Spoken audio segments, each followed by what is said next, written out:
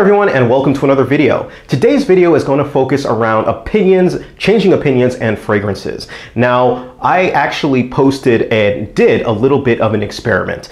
For the first time in my channel, I actually posted the same review twice of a fragrance. I came back and revisited it. Now, some people were wondering if it was a mistake. It was not a mistake.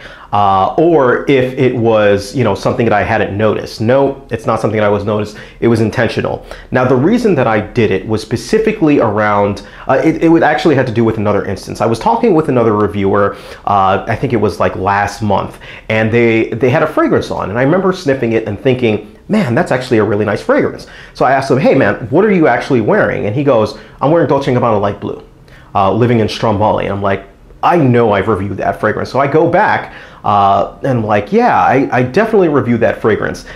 So he looks at the review and he's like, looks to me and he goes, you gave it a bad score. I go, really? So I go watch the review and I'm like, well, I'll be damned. I did give it a bad score and I didn't like it. Why do I like it now? What's different? What has changed? Has anything changed with a particular fragrance? And I started thinking to myself, I'm like, no, I don't think anything has actually changed with the fragrance.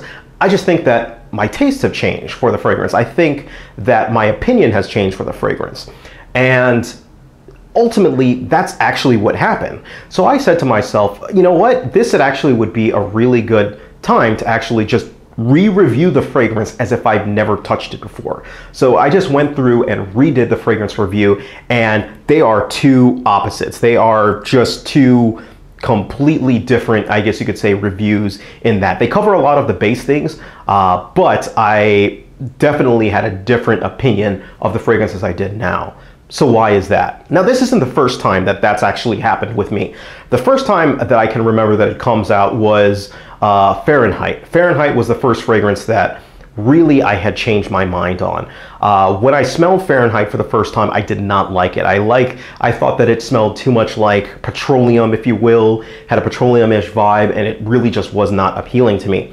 Fast forward 2 years later, I ended up really liking the fragrance, and I still like the fragrance to this day. It's got a unique vibe to it, and it's something that I really like to wear in the fall. That was the very first example. There have been many more examples of fragrances that I've actually changed my opinion on. But the one thing that I have actually tried to do within the time was basically say, my opinion on a fragrance that I do a review on is my opinion at that time. It's like a snapshot. Fragrances change all around. Some I like better, some I like less. It's a little bit more rare for a fragrance for me to hate a fragrance and then really like a fragrance, but it does happen. And these are things that do happen naturally. So what's the point of my video? What's the point of the reason for me doing that? So the point of doing that video was twofold. One, I have gotten repeated requests to re-review a lot of the fragrances out there that I've done, just to go over them again, whether or not because maybe I gave it a bad score and maybe I'll like it again, or maybe they want to see how the reformulation is or things like that. I don't like to re-review fragrances. That's probably going to be the only time that I re-review a fragrance. The reason I don't like re-reviewing them is there are plenty of new fragrances out there, or plenty of other fragrances that I haven't actually reviewed out there, and I really would like to get to them.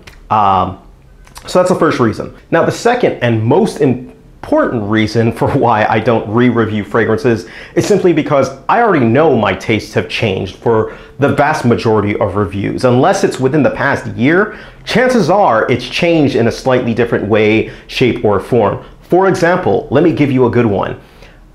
If I was to review Dior Sauvage now, it would not get a perfect score. It would probably get a 4 out of 5 stars. Just off the top of my head, if I was to re-review Bleu de Chanel, I actually might bump Bleu de Chanel up to a 5-star.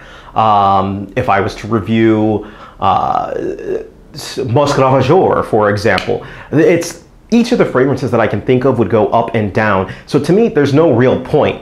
Again, every review that I do is a snapshot of what I am thinking at that specific moment for each fragrance. Does that mean that you cannot trust my reviews or anything like that? I don't think it does. I still try and objectively describe a fragrance and be as specific as possible and give you my personal opinion of what I think about the fragrance. And that doesn't change at all. So that, pretty much sums it up. But I really did enjoy doing that just to see how different things were between the two videos and between the two fragrances of what I thought then versus what I think now.